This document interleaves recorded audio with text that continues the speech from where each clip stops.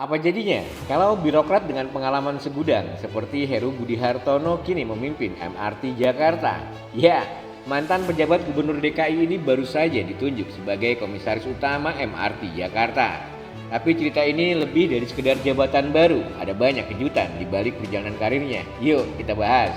Heru Budi bukan nama baru dalam birokrasi Indonesia. Ia menjabat sebagai pejabat Gubernur DKI Jakarta dari tahun 2022 hingga 2024, menggantikan Anies Baswedan.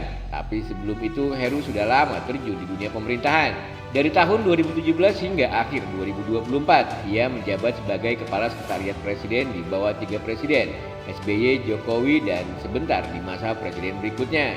Peran ini bikin Heru jadi salah satu birokrat yang paling dekat dengan lingkaran kekuasaan. Gak cuma di pemerintahan, Heru juga memegang peran penting di sektor korporasi, seperti komisaris di Bank BTN, Bank DKI, hingga PT Delta Jakarta.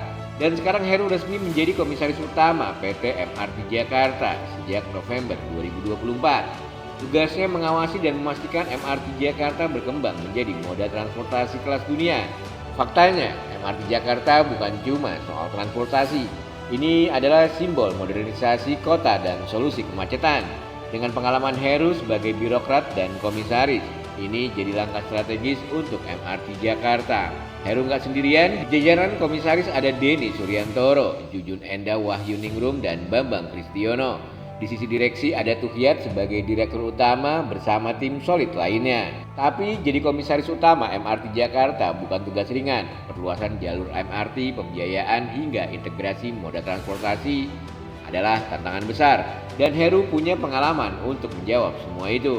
Keberhasilan MRT Jakarta bisa jadi tolak ukur apakah transportasi publik di Indonesia siap bersaing dengan negara maju.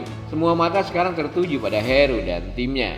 Bagaimana menurut kalian, apakah Heru Budi Hartono adalah sosok yang tepat untuk membawa MRT Jakarta ke level berikutnya?